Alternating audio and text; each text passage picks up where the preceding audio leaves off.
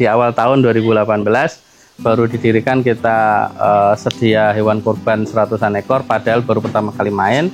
Sampai hari terakhir baru terjual 70-an ekor kan. Dia misalnya beli 4 ekor, tapi dia bayar sejumlah 6 ekor. Wah, masih sisa 2 kan deposit kan. Wah, kak ini kok deposit gampang begitu. Wah, kita seneng, enak nih orang gitu. Besoknya dia ngambil lagi 5, bayarnya 7. Berarti kan total deposit 5 kan.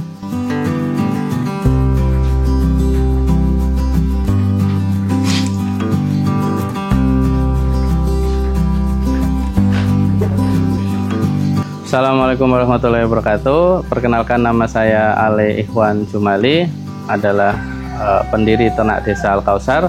Usaha ini didirikan pada tanggal 1 Januari 2018 dan beralamat di Jalan Beji Sidoarum, Betokan Tirtoadi, Melati, Sleman, Yogyakarta. Ya, Ternak Desa Al-Kausar didirikan itu pertama kalinya memang melihat potensi pasar yang sangat besar di umat Islam berupa ibadah korban dan juga akikoh. Kita meyakini bahwa ibadah ini yang telah disyariatkan oleh Allah Subhanahu wa Ta'ala tidak akan pernah habis pasarnya. Maka dari situ Ternak Desa Al-Kausar fokus pada kegiatan penyediaan hewan korban dan akikoh. Tentu selain itu adalah untuk kebutuhan harian berupa daging dan juga catering begitu. Utama dari produk yang dihasilkan dari kegiatan peternakan domba ini lebih banyak untuk kebutuhan catering, kebutuhan rumah tangga, dan juga untuk kebutuhan ibadah akikoh begitu. Selain untuk disuplai ke warung, juga ke catering dan tempat makan, juga kita menyediakan berbagai kebutuhan dari hasil penyembelihan hewan domba itu. Jadi kita punya meat shop yang di situ orang bisa beli daging eceran, juga bisa beli tengkleng, jeroan, kepala, dan juga kaki begitu. Jadi produk dari kegiatan penyembelihan hewan domba ini kita juga display sendiri kepada toko yang kita miliki begitu. Pada kegiatan peternakan domba, tantangan terbesar yang kita hadapi justru pada kegiatan bisnis to bisnis. Artinya kegiatan muamalah perdagangan antara orang dengan orang. Kalau pemeliharaan dari A to Z itu kan sebenarnya secara akademisi, secara keilmuan kan ada.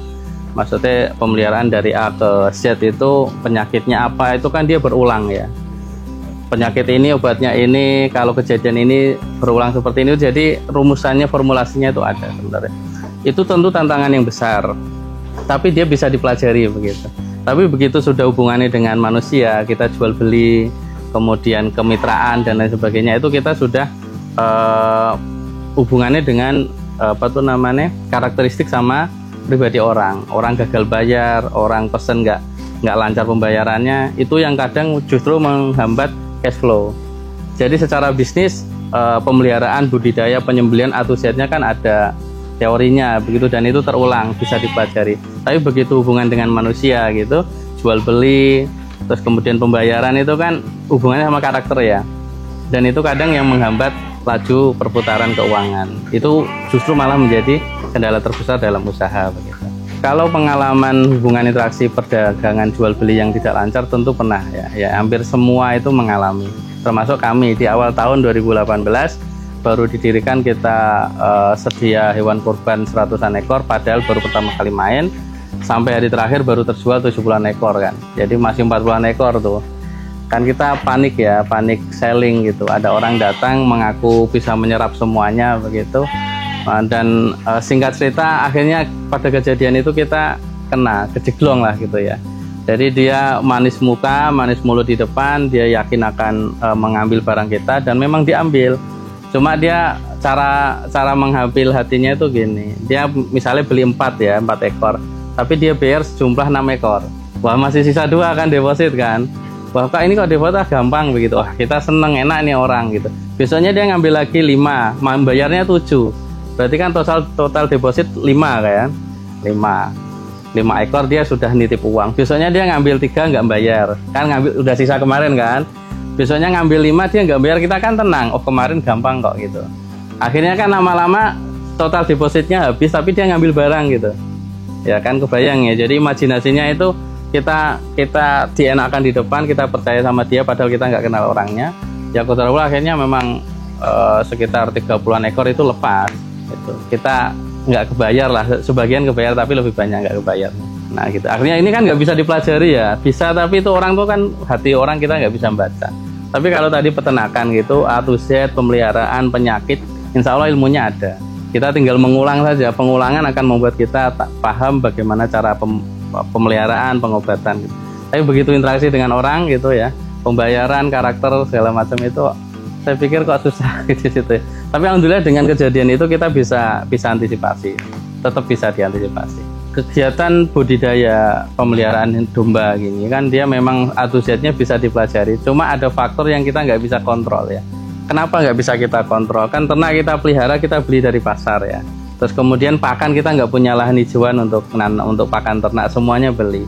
Begitu semuanya beli itu kan kita nggak bisa kontrol dari segi jumlah, dari segi kualitas ya.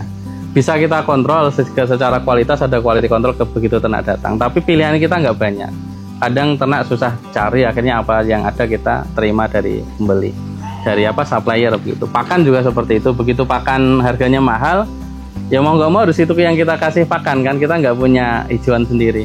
Nah akumulasi dari kejadian itu yang nggak kita kontrol itu menyebabkan proses pemeliharaan itu lebih besar biaya produksi dibandingkan harga jual gitu ya. Akhirnya defisitnya di situ, defisitnya. Kalau masalah kematian itu biasanya kalau baru mulai ya, misalnya baru 2-3 tahun beternak itu pasti sering terjadi kematian. Jadi mati 2-3 itu udah terasa banyak gitu ya, karena kesedihannya itu kan beda begitu kalau sudah agak lama sama baru itu beda. Tapi itu menjadi faktor internal yang bisa kita kontrol, kematian, penyakit segala macam kita bisa kontrol tuh. Tapi faktor eksternal yang harga pakan, harga jual, ternak waktu pengadaan sudah mahal, waktu jual ternyata harga turun gitu. Nah kejadian seperti itu yang biasanya menghambat seorang itu untuk tetap semangat di dalam kegiatan peternakan. Untuk mencukupi kebutuhan nutrisi pakan ternak, secara teknis saya memang tidak menguasai itu. Cuma kita ada supplier pakan yang memproduksi itu, kita sebut formulator. Kita tinggal request untuk penggemukan ini dengan protein kandungannya berapa, energinya berapa begitu. Nah itu yang kita jadikan sebagai acuan untuk menghasilkan panenan domba penggemukan yang sesuai target gitu. Karena dipelihara dengan durasi waktu yang sudah pakem, misalnya 2 bulan pemeliharaan, pakannya sekian diambilkan dari supplier mana. Nah itu kemudian kan ketemu tuh harga produksinya sekian. Maka untuk 2 bulan kita panen itu kan kita punya target kenaikan berat badan ternak gitu ya. Jadi hari ke hari itu sudah harus kita punya manajemen skema rencana bahwa ternak di hari kesekian sudah naik sekian kilo itu. Nah itu yang dijadikan sebagai acuan target itu adalah pakan. Cuma pakan tidak bisa dikatakan menyumbang 100% hasil ya. Hasil penggemukan itu tidak melulu tentang pakan gitu ya. Karena nanti ada faktor-faktor cara memelihara, kontrol kesehatan, kemudian sanitasi, cara pemberian pakan dan lain sebagainya. Itu artinya hasil panen itu adalah akumulasi dari semua kegiatan budidaya, tidak melulu tentang pakan gitu. Kan orang berpikir kadang gitu ya, mana pakan yang murah gitu ya, kadang mana pakan yang bagus, pakan yang murah. Yang menjadi pertanyaan itu adalah apakah ada satu barang yang murah tapi berkualitas tinggi? Ada tapi sangat kecil persentasinya. Jadi ketika memilih pakan itu tidak melulu bicara tentang harga pakan, tapi output yang dihasilkan dari pakan itu. Bisa jadi harga pakannya 6.000, tapi kalau kenaikan berat badannya bisa 2 kali atau 1,5 kali lipat dari pakan yang harga 3.000, ya worth it aja artinya gitu kan. Nah itu kadang orang terlalu terjebak pada masalah biaya di depan yang terlihat rupiahnya. Padahal kalau masalah kegiatan budidaya itu kita lihat kan outputnya begitu. Makin cepat dia gemuk, makin cepat dia panen, makin cepat siklus keuangan itu berputar. Bisnis terkhusus pada kegiatan peternakan domba itu sebenarnya ada satu pasar yang menurut saya tidak akan pernah habis ya. Menurut saya dia selalu terbuka karena pasarnya ini sudah Allah sediakan secara langsung melalui syariat kurban dan juga syariat akikoh. Dua ibadah ini hampir pasti tidak bisa terlaksana kalau tanpa domba. Kalau kurban orang masih milih kambing, masih milih sapi, onta dan lain sebagainya itu ya. Tapi kalau akikoh itu orang ya pasti domba atau kambing kan pilihannya, nggak ada pilihan yang lain lagi. Artinya begitu pasarnya sudah Allah buka nih, kan yang perlu kita lakukan tinggal mendeklar diri kita sebagai penyedia terpenuhinya syariat itu, gitu ya. Artinya orang misalnya mau mulai peternakan domba atau kambing, bingung pasarnya gimana? Enggak, pasarnya sudah ada. Gitu, pasarnya sudah ada. Cuma yang kadang menjadi kendala adalah mampukah kita melakukan kegiatan budidaya itu sampai bisa dijual. Artinya kalau bicara pasar sebenarnya insya Allah sangat terbuka lebar. Cuma masalahnya adalah kalau fokusnya hanya di kegiatan budidaya itu menjadi satu kegiatan bisnis yang tidak menarik. Kenapa? Karena potensi keuntungannya hanya dari satu sumber. Maka dia harus berpikir bagaimana misalnya dia juga penyedia pupuknya gitu ya. Pupuk dari kotoran hewan ternak. Dia juga berpikir misalnya dia juga penyedia pakan. Dia menanam hijauan, dijual dan lain sebagainya. Dia penyedia daging seperti kita gitu. Kami di ternak desa juga menyediakan daging ecer begitu. Nah, artinya kan ternak dipelihara tapi juga menghasilkan set income yang lain begitu agar potensi sumber pemasukannya itu bisa bercabang gitu. Bagi teman-teman yang menginginkan produk kami dari ternak desa berupa penyedia layanan akikoh, kemudian penyedia hewan kurban, atau kemudian untuk membutuhkan pupuk untuk tanaman hias maupun untuk tanaman pertanian, serta hasil penyembelihan dari hewan domba ini berupa daging, tulang, jeroan, kepala, dan kaki, itu bisa menghubungi kami dengan nomor WA 0899 8721 181. Juga bisa mengunjungi akun media sosial kami di Instagram dan Facebook dengan username @ternakdesa. Sedangkan untuk alamat kami di Jalan Beji Sidoarum, Betoan, Tirtoadi, Melati, Sleman, Yogyakarta.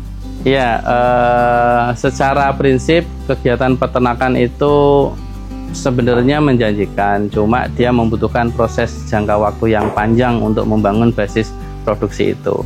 Yang jelas, jika mempunyai passion atau minat keinginan untuk terjun di dunia peternakan, itu jangan setengah-setengah. Artinya misalnya nyambi ini nyambi itu begitu, justru kadang malah tidak kepegang. Maka memanfaatkan momentum peluang pasar yang sudah Allah sediakan ini untuk diserap, disediakan sarananya agar orang-orang bisa menjalankan syariatnya dalam memenuhi kebutuhan ibadah korban dan juga akikoh. Prinsipnya kita harus mencoba, dan kegagalan di awal itu terkadang adalah sarana kita untuk menemukan jalan yang lebih baik untuk melanjutkan kegiatan usaha ke depannya.